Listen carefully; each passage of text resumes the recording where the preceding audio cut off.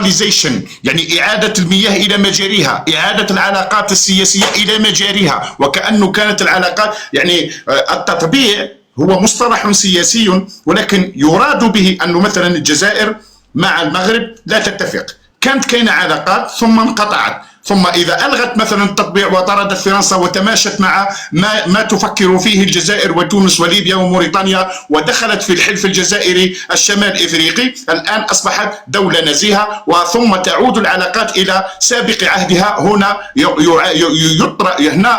يعني يطلق عليها كلمة تطبيع، وهي إعادة العلاقات إلى مجاريها وإعادة تطبيع من الطبيعي من الطبيعي، يعني أصبحت علاقات طبيعية وليست متوترة. هذا هو التطبيع. أما أنك أنت دويلة أو كيان لا توجد معك أي علاقات دبلوماسية أو سياسية أو تاريخية، أنت جئت من العدم، يعني هنا يسميه الاعتراف. إذا لاحظوا كيف يتلاعبون بالمصطلحات السياسية، يستعمل لك كلمة التطبيع وهو في التطبيع مضمونه الاعتراف. هي من المفروض أن يقول لك الاعتراف، لأن التطبيع يأتي مع دولة كانت معها علاقات دبلوماسية وسياسية ثم هناك فتور سياسي وقطيعة دبلوماسية، ثم يتدخل العقلاء ويتفقان يتفق الطرفان، ثم تعود العلاقات إلى طبيعتها. هذا هو المقصود من التطبيع. أما الكيان الصهيوني ما داروش الاعتراف، لأنهم هم يعتبرون أنفسهم أرض الميعاد وأرضهم وشعب الله المختار the chosen people وغيرها من الإيديولوجيات التوراتية والسردية الصهيونية. إذا هم الآن اتجهوا إلى منطق آخر، المنطق الذي يقول على أننا تطبيع العلاقات، وكأنه كان عندنا علاقات معهم ولازم نعاودوا نرجعوها طبيعية. وهذه هي المغالطة السياسية التي وقع فيها كل السياسيين. وأنا دائما أقول على أنه لا تقبلوا بهذا المصطلح، لأنه مصطلح التطبيع أصلا لا يعني مع الكيان أو مع كيان الأزرق الذي لا أساس له من الوجود، تأسس في 1948 وفرضوه بالقوة وفرضوه بالأجندات وفرضوه بالتيارات الدينية وفرضوه. إذا الآن هو أصبح أمر واقع. يعني إذا هذا الكيان يحتاج إلى اعتراف ولا يحتاج إلى تطبيع، لأنه التطبيع كما فسرته وشرحته الآن الاعتراف له أمر آخر تعترف به مثل المروك. إذا ومثل الدويلات التي طبعت مع الكيان، يعني طبعت مع الكيان يعني هي اعتراف مع الكيان. والأدهى من ذلك أنه الدول التي طبعت مع الكيان أو اعترفت بالأحرى بالكيان يعني تنوم شعوبها وتقول لك اتفاقية السلام، وهذه هي الأسطوانة. ممن تخاف؟ إذا قلت اتفاقية السلام يعني أنت جبان. أنت مما تخاف؟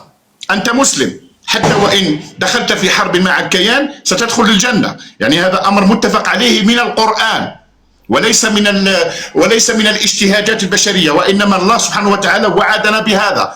وبالتالي يعني هذه الأسطوانة التي يراد بها تدجين المجتمعات العربية عن طريق السرديات المغالطة وعن طريق التلاعب بالأفكار والتلاعب بالمصطلحات سواء سياسية سواء اجتماعية علمية في جميع المجالات. فالآن خلصنا إلى موضوع التطبيع. فالتطبيع ينقسم إلى 5 أو 6 أقسام: تطبيع سياسي، التطبيع السياسي، تطبيع اجتماعي، فكري ثقافي، وتطبيع أمني، وتطبيع اقتصادي. يعني هذه مجموعة من التطبيع. تطبيع فقط ليس في العلاقة السياسية، وأن تطبيع العلاقات في جميع المجالات. التطبيع السياسي هو أنك يجب أن تفتح قنصلية، تفتح مكتب التواصل وقناة دبلوماسية وتعترف به كدولة وليس ككيان وظيفي، وإنما كدولة مكتملة الأركان السيادية مثل دولتك مثل بقية دول العالم، وتفتح قنصلية وتبادل السفراء، وأيضا التماهي في السياسات الدبلوماسية الخارجية في مجلس الأمن.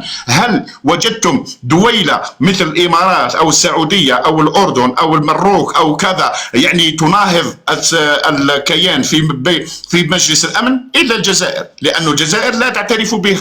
وبالتالي عمار بن جامع المندوب الجزائري هناك يتكلم كالأسد. لماذا؟ لأننا نحن لا نعترف بك، وبالتالي هم يعترفون به. وشاهدنا الإمارات وهم كلهم يصفون حماس على أنها منظمة إرهابية، وعلى أنها منظمة كذا، وعلى أنها خارجية، وعلى أنهم شيعة، وعلى أنهم روافض، وعلى أنهم إخوان. يعني العديد من الأسطوانات الدينية والسياسية وسموهم بكل العبارات. على المستوى السياسي أدرجوا في لائحة إرهاب، على المستوى الديني أصبحوا شيعة، على المستوى الديني الثاني أصبحوا إخوان، على المستوى الديني الثالث أصبحوا روافض، على مستوى أصبحوا يعني إرهاب، يعني خارجين عن القانون على مستوى القانوني وغيرها، يعني في كل المجالات. هذا في المستوى السياسي. وأيضا فتح الجاليات وتمكين الجاليات هنا وهناك من العيش ومن الانتخاب ومن حق كذا والعديد من الأمور. التطبيع الثقافي أو التطبيع الاجتماعي اللي هو يعني من الأخطر، لأنه هذا هو الأخطر، التطبيع الاجتماعي، وهو استساغة استساغة الكيان الصهيوني كعنصر بشري وديني وثقافي وسياسي على أنه مقبول داخل الأوساط الاجتماعية الإسلامية، بعدما كان منبوذا في الخمسينيات والستينيات والسبعينيات إلى غاية الثمانينات والتسعينيات. الآن أصبح حكم واقع، أصبح الآن أمر واقع، إذا يجب أن نعترف به. إذا هذا التطبيع الفكري هو الأخطر على كل حال، لأنه المجتمعات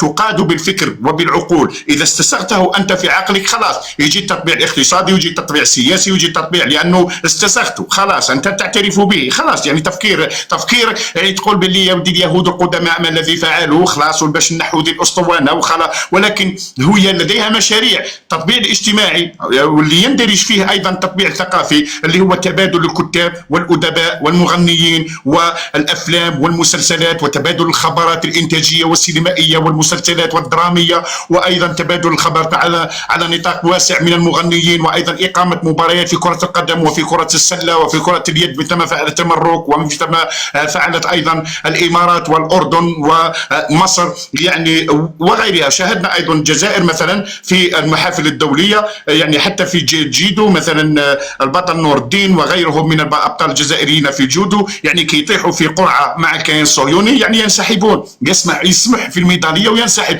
يعني هذا هو على أن التطبيع الفكري لم يسري إلى الجزائريين ولم يسري إلى الوجدان والعقول الجزائرية. لهذا التطبيع الفكري هو أعلى درجات التطبيع، وهو التطبيع الخطير والأخطر. هذا من جانب التطبيع الاجتماعي والثقافي. أما التطبيع الاقتصادي مثل ما تفعل مصر، التطبيع الاقتصادي هو أنه نتبادل معك التبادل التجاري، يعني إذا عندك الغاز نشريه، إذا عندي الغاز نعطيك، يعني هذا هو التبادل الاقتصادي. التبادل الاقتصادي وهو إرسال رجال الأعمال إلى بلد المطبع وإلى الذي طبع معه، ويتبادلون الخبرات التجارية والاقتصادية ويتناقشون ويتحاورون في مجمل الاستثمارات الداخلية والخارجية والملاحة البحرية وكل يعني كدولة عادية. أما التطبيع الأمني وهي توقيع اتفاقية الدفاع المشترك، إجراء مناورات عسكرية مع بعض مثل ما فعل الجيران أو الفئران إن صح التعبير بما يعرف بمناورات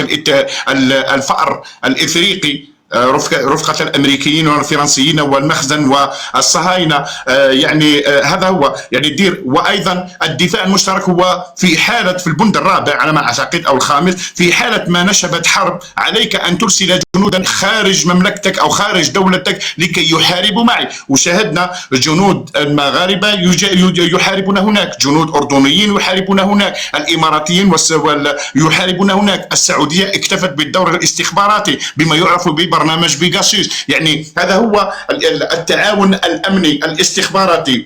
وهناك بنود يعني الكيان الصهيوني برعاية أمريكا، باسكو هو موظف أمريكا الذي توظفه وبريطانيا والقوى الغربية. يعني ما تجيش تسني معك يعني هكذا فقط من أجل سواد عينك أو من أجل جمالك أو من أجل هكذا يعني نفحة فقط، يعني أرادوا أن لا، فيها كل شيء محسوب. كدير معاه التطبيع أنت كبلت من جميع الجوانب وأنت محاصر من جميع الجوانب، وملزم عليك أن يعني تتقيد بكل ما جاء في الاتفاقية، حتى أن الدفاع المشترك غزة تتبلع، معبر رفح يغلق لأنه لا يحاسبوه باتفاقية الأمنية، الاتفاقية الأمنية، اتفاقية الدفاع المشترك، اتفاقية الدفاع المشترك، ندافعوا على بعضنا. مصر تنوض في حرب تلقى الكيان الصهيوني تحارب معها، مثلا الكيان الصهيوني يحارب، رانا نشوفوا الدول العربية كلها تهرع إليها وتنجدها عن طريق الإمدادات البرية البحرية الجوية،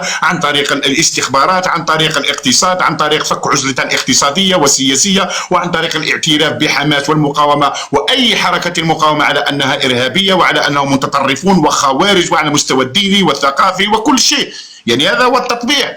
يعني أقسام التطبيع اللي تكلمت عليها يعني كلها موجودة في الاتفاقيات. وللأسف القادة العرب أو القادة المسلمين الآن أصبحوا ينومون مجتمعاتهم بأسطوانة التطبيع أو بما يعرف باتفاقية السلام. لا، هناك فرق ما بين اتفاقية السلام وما بين اتفاقية التطبيع، لأنه التطبيع مغالطة أصلا اللي هو في الأصل اعتراف، واتفاقية السلام هو أن دولة تدخل مع دولة في حرب يوقعان اتفاقية الحماية ولكن أو اتفاقية السلام. ولكن انتم قبل ما ديروا اتفاقية السلام رحتوا درتوا اتفاقية التطبيع وبعدين درتوا اتفاقية السلام. وش معناتها اتفاقية السلام؟ يعني هو بروتوكولات أمنية تكمل ما اتفق عليه في اتفاقية الاعتراف وليس التطبيع. الاعتراف أنا أعترف به، إذا الآن أنت مجبر وملزم أنك تتصرف معايا كدولة تحترم دولة. كل شيء كيف كيف، يعني رؤساء، سفراء، وزراء، تبادل الخبرات على جميع الأصعدة، سياسيا، اجتماعيا، ثقافيا، فكريا،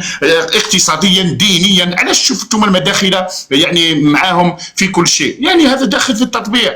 أما الاتفاقية الأمنية أو الاتفاقية عفوا اتفاقية السلام هو أنك لا تعتدي علي وأنا لا أعتدي عليك. اتفاقية مبرمة وترعاها هيئة متحدة أو أمريكا وتوثق في هيئة متحدة. وأيضا هناك شروط جزائية. الشروط الجزافية هو أنك إذا أردت أن تنقض هذه الاتفاقيات من طرف واحد ستدفع المبلغ الفلاني كذا وكذا وكذا، مليارات الدولارات. وبالتالي هم الآن كيفاش من بعد هنا تجي الخطة الأمريكية. الخطة الأمريكية ترهق الاقتصادات الدوليات التي طبعت، وبالتالي ترهنها وتعطيها وتجبرها على الاستدانة من صندوق النقد الدولي. وحين تستدين من صندوق النقد الدولي تصبح رهينة. إذا ستواصل في التطبيع، لأنها إذا نقض التطبيع ولعبتها رجله وشي كورة هكذا تقول لك خلاص أنا التطبيع إيه تخلص الدراهم. وانت يا ذكرك مستدان، عندك الدين خارجي 200 مليار دولار 159 مليار دولار كما المر كما مصر غارقين الى شحمة اذنيهما بالديون الخارجيه. اذا انت الان مجبر انك تواصل تنفيذ اتفاقيه التطبيع او الاتفاقيه الامنيه او اتفاقيه السلام، سميها انت كما تشاء، بما انك تخدم الاجنده الصهيونيه. انت اسطوانتك مع المجتمع الداخلي نتاعك وشعبك روج له بالاسطوانه كيفما تشاء. ولهذا الدول المطبعه وجدت ظلتها في الفرقه المدخليه السلطانيه وفقه السلطان، لأنها بها تستمر وبها تحمي تلك الاتفاقيات المبرمة. وبالتالي تراهم مظاهرة حرام، ولي الأمر ولو زنى ولو لاطى وكذا، ويلهون مهمتهم المداخل إلهاء المجتمعات الإسلامية التي طبعت إلهاؤهم بأسطوانات المرأة، إثارة الشهوة وإثارة الغريزة لأن هذا الأمر يدخل في الرجولة. ويجي يقول لك الشلاغم اللحية وإحنا رجولة وإحنا كذا. يعني لاحظوا كيفاش يتكلموا لهم إلا على صغائر الأمور من أجل الإلهاء، لأنه مهمته إلهاء المجتمع لكي لا يفهم ولا يعلم ما الذي يفهمه يعمل ويفعله الحاكم. لأنه الحاكم إذا باع إذا اشترى إذا كذا أنت ما زلت لاهي، راك مع المرأة، راك منا، راك مع الاتفاقية هذه، راك مع اللحية، راك مع البدعة، راك مع المولد، راك كذا، هذه حلال هذه حرام. أين الله؟ هل الله في السماء تحده جهة أم لا تحده جهة؟ الأسماء والصفات، توحيد الألوهية، توحيد الربوبية. وبالتالي الهون بهذه الشكليات التي لا تسمن ولا تغني من جوع. وأنا أقول باطل أريد به باطل، لأن الإيديولوجية الوهابية هي باطل. وبالتالي الإلهاء المجتمعات الإسلامية بصغائر الأمور وبقشور الإسلام هو أيضا باطل. إذا باطل أريد به باطل. وبالتالي تكريس عقيدة بما يعرف بعقيدة الباطلية، هذا الذي أسميه عقيدة الباطلية الإسلامية أو الباطلية الدينية، وهي أيضا إيديولوجية تكرس مرورا عن طريق هذه الحقبة. تفضل إن شاء الله نكون جاوبتك الأخ تريان، تفضل.